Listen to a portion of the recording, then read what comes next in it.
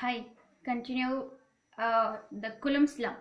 So we were discussing like F is equal to 1 by 4 pi epsilon naught q1 q2 by r square. Here, so how this F is proportional to r? So you know this, the distance of separation is inversely proportional to the force, that is inversely proportional to the force. The square of the distance is inversely proportional to the force, right? If I draw nature of a graph for F versus R, the graph is just like a curved graph. So along x-axis we have to take a distance of separation. Along y-axis we have to take force. So F and R is along x-axis, F is along y-axis. So nature of the graph F versus R, if I draw, so it is a curved one. Like this it will be. It means F is inversely proportional to R square. Suppose if R value is doubled, then what happens? F decreases because it is inversely proportional. If it is doubled, then what about the value of F? It increases by 4 times, right? If R value is halved, then what happens? Then F increases by 4 times. So this you have to remember, because 101 mark questions, this kind of questions may be possible. So F is inversely proportional to R square and the nature of the graph is a curved one. And here if the R value is doubled, then F value decreases by 4 times. If R value is halved, then F value increases by 4 times. Then vector form of Coulomb's law. So we discussed Coulomb's law is the force of attraction or repulsion. The force of attraction or repulsion is directly proportional to the product of their masses and inversely proportional to the square of the distance between them, right? For that vector law, in vector form we have to represent Coulomb's law. Now just take two charges q1 and q2. This is the first charge and this is the second charge, and distance of separation of these two charges by some distance, that is denoted with r. Okay, now here if you take F12 will be like this, because this is a positive charge and this is positive charge. Repulsion will arise in this direction. And see, the force exerted on the charge 1 due to charge 2 will be F12, that acts like this.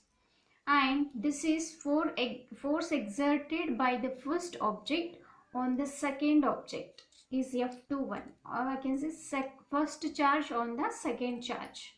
So here in final minus initial distance, here distance of separation, see, while you are writing F12, R2 minus R1 you have to take, while you are writing F21, R1 minus R2, right? Now force on charge plus q1 q2 plus q2, then what happens? F12 vector, see, force is a vector quantity, you are aware of that, right? Because force has both magnitude as well as a direction, right? So this notation is for vector, so a straight line with arrow. F12 is equal to k into q1 q2 by r square. This is a scalar form. Then what about vector form? F12 is equal to k into q1 q2 by r square from r1 to r2. R1 to R2, the distance. So like this. Then F12 is equal to k q1 q2 by r square. But you just remember, while studying vectors, unit vector is represented like a cap. A cap is equal to vector a by magnitude of a. In the same way, r1 minus r2 if you want to write. So here unit vector of r1 minus r2 if you want to write, r1 minus r2 vector r1 minus vector r2 by magnitude of vector r1 minus vector r2. So here r square is equal to r1 minus r2 whole square. So first you just replace this value, this r1 minus vector r1 minus vector r2 by magnitude of r1 minus r2, right? Then here k q1 q2 by r square as it is. Here r2 means what? R square means what? r1 minus r2 only, on the first charge due to second charge, right? So instead of that we can write r1 minus r2 whole square. So just write it here and this one as it is. Now k into q1 q2 by this becomes cube because here r1 minus r2 whole square is there, here r1 minus r2 is there, square this is one term, so cube it is, and this is as it is r1 minus r2. So similarly for the charge f2 and also k into q1 q2 by r2 minus r1. See here on the second charge by the first charge, so r2 minus r1 it is, okay, and this is r2 minus r1. This is about vector form. Then comparison, coming to comparison of electrical force and gravitational force. You know, electrical force is coulombic force. So here Fe is equal to k into q1 q2 by r square, whereas gravitational force Fg is equal to g m1 m2 by r square. You know this formula, universal gravitational constant, which is given by Newton, right? So g is called as a universal gravitational constant. So what is the relation between electrical force and as well as gravitational force? Here both are called as a inverse square law, right? This is also inverse square law. Here also we can call it as a inverse square law because it is inversely proportional to square of the distance of separation, and here also it is inversely proportional to the distance of separation, right? And both forces act along the line joining the center. Yes, both forces will act along the line joining of two centers. But what is the difference? See here, Fe, either it may be a repulsive or attraction, right? This electrical force, either it may be a repulsive force. If two similar charges are present, then repulsion will arise. If two unlike charges are there, then attraction will arise. So either it may be a repulsive sometimes as well as attractive, that is electrical force. But coming to gravitational force, it is always attractive, that is the difference. And coming to second difference, g is a universal constant and its value is constant, 6.67 into 10 to the power of minus 11 Newton meter square per kg square. This is always constant. But coming to this Fe, in the Fe, force depends on a medium because k value we have 9 into 10 to the power of 9 Newton meter square per coulomb square. So it depends on the medium also. So that is the difference between Fe and Fg, right? Coming to SI unit of charge. So SI unit of charge is coulomb. SI unit of charge is coulomb. And if I want to ask you define coulomb, then according to the law we have two charges and the distance of separation is r we have taken. But while coming to Coulomb's definition here, we have to consider charge 1 and charge 2 both are equal to 1 coulomb and the distance of separation between two charges is 1 meter. Then F is equal to 1 by 4 pi epsilon naught q1 q2 by r square. If you substitute here these values, 1 by 4 pi epsilon naught 1 into by 1 square, because q1 is 1, q2 is 1 and r value is 1 square. Then here F value becomes 1 by 4 pi epsilon naught, that is 9 into 10 to the power of 9 Newton. So this is called as the 1 coulomb. So in definition, 1 coulomb is the amount of charge that repels an equal and similar charge with a force of 9 into 10 to the power of 9 Newton when placed in vacuum at a distance of 1 meter from it. 1 coulomb is the amount of charge that repels equal and similar charge with a force of 9 into 10 to the power of 9 when placed in a vacuum at a distance of 1 meter from it, right? 1 coulomb is the amount of charge that repels an equal and similar charge with a force of 9 into 10 to the power of 9 Newton when placed in vacuum at a distance of 1 meter from it. So this is about coulomb. CGS unit of coulomb is what? In CGS unit, CGS unit of coulomb is ESU, or I can say electrostatic unit, or stat coulomb. Another name for this, stat coulomb. Coming to value of 1 coulomb. 1 coulomb in terms of CGS unit is 1 coulomb is equal to 3 into 10 to the power of 9 stat coulomb, or I can write 3 into 10 to the power of 9 electrostatic unit, or ESU, right? Coming to limitations of Coulomb's law. So why some limitations are there for this Coulomb's law? What is that? The electric charges must be at rest. So Coulomb's law applicable only when the charges is in rest, right?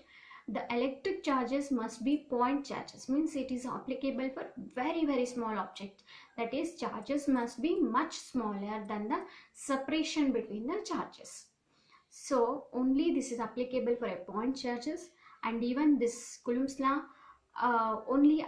it applies only when the charges is at rest. This is the limitation for Coulomb's law. Coming to next one, forces between multiple charges, or I can say this is as the superposition principle. So here I'll just give an example first.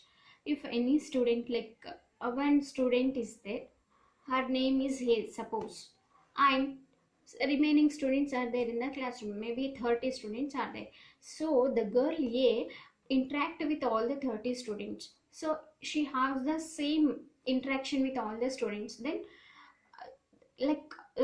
she's having same interaction, means in the same way here also, if one charge is there, on one charge number of charges may interact with the same charge, but the force of attraction or repulsion between two charges will remain the same.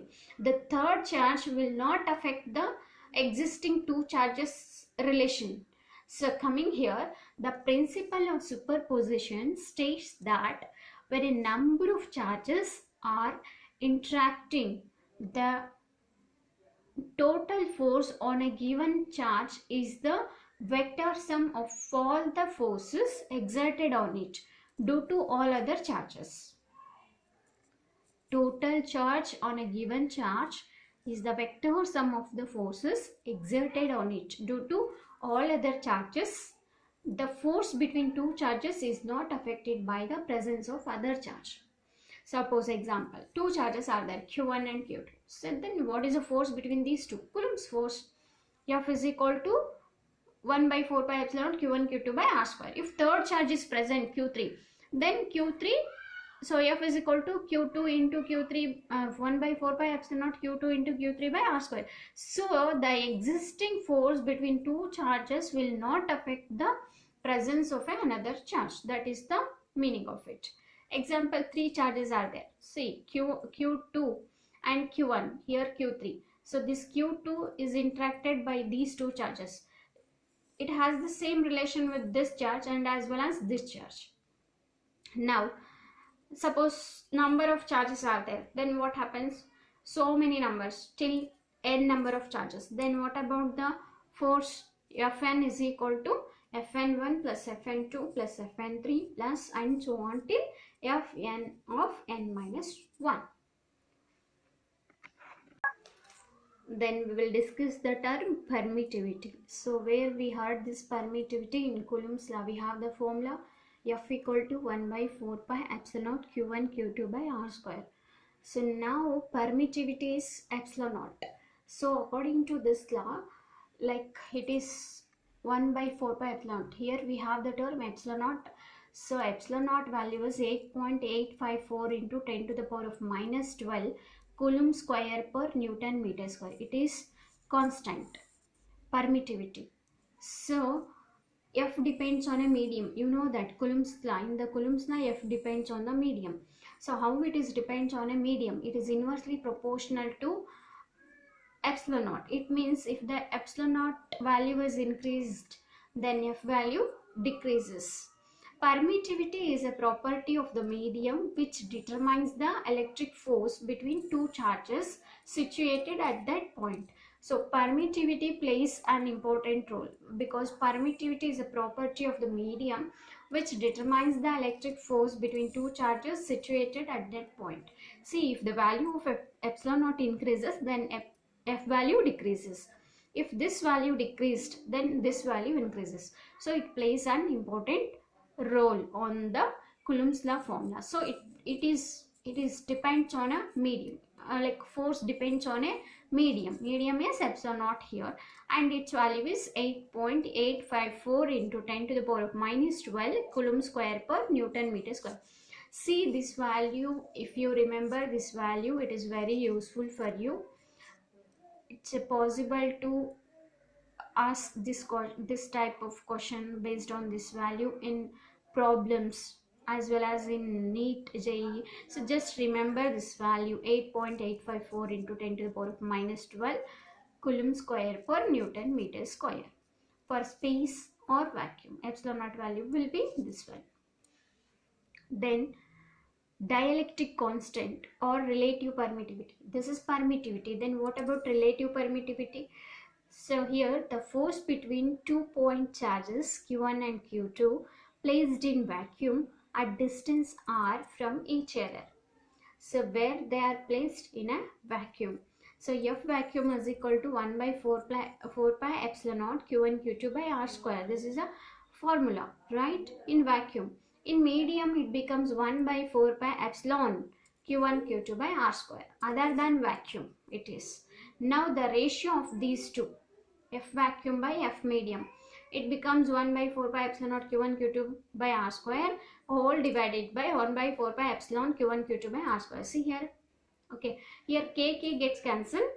R square gets cancelled. Right? No. In K, here epsilon naught is there. Here in this K, epsilon is there. Just Q1 Q2. Here Q1 Q2 goes off. Here r square, and even here also r square. Here 4 pi and here 4 pi. What is remaining? 1 by epsilon naught by 1 by epsilon. If you take, this is denominator. Under denominator, epsilon 1 by epsilon is there. Here 1 by epsilon naught is there. So it becomes epsilon by epsilon naught. So this is dielectric constant. So I can define in this way the ratio of the permittivity of the medium to the permittivity of the free space is called relative permittivity or dielectric constant. So epsilon r or K is equal to epsilon by epsilon naught.